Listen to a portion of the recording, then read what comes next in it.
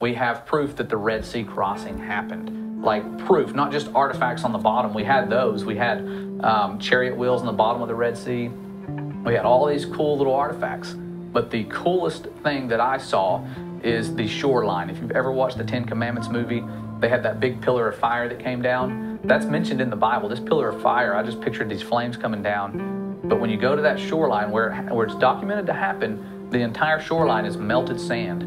And it takes about 3,000 degrees or more to melt that sand. And it's evenly melted. You can almost see like footprints. There's stones infused in this melted sand. This is amazing. You don't hear about it.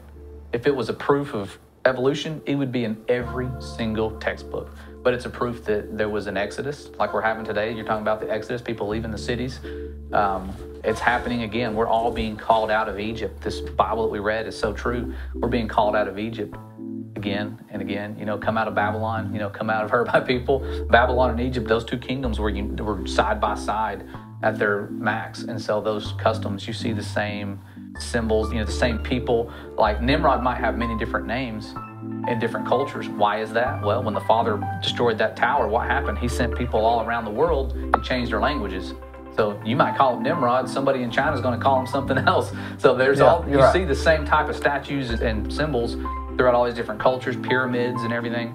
Why is that? It's because that we were all spread out, you know, and when the Father sent his Son, he said, you know, preach this gospel of the kingdom to the whole world, to the corners of the earth. And when the Son comes back and returns, everyone's going to see him, right? And I thought, me and my wife, this question we used to ask about 8 years ago is how? How are we going to see him? What if he shows up in Australia? Right.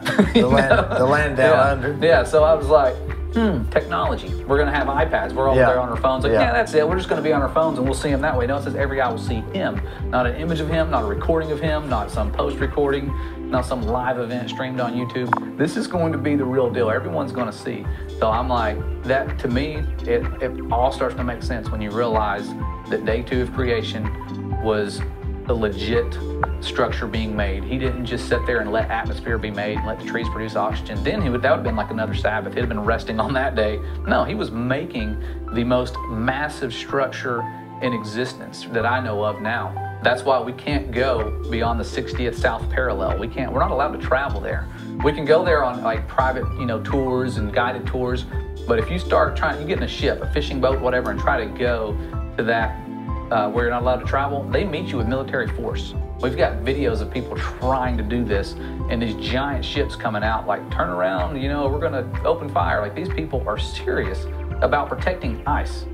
When has all of our world powers agreed on one thing peacefully? And they've agreed on this for decades.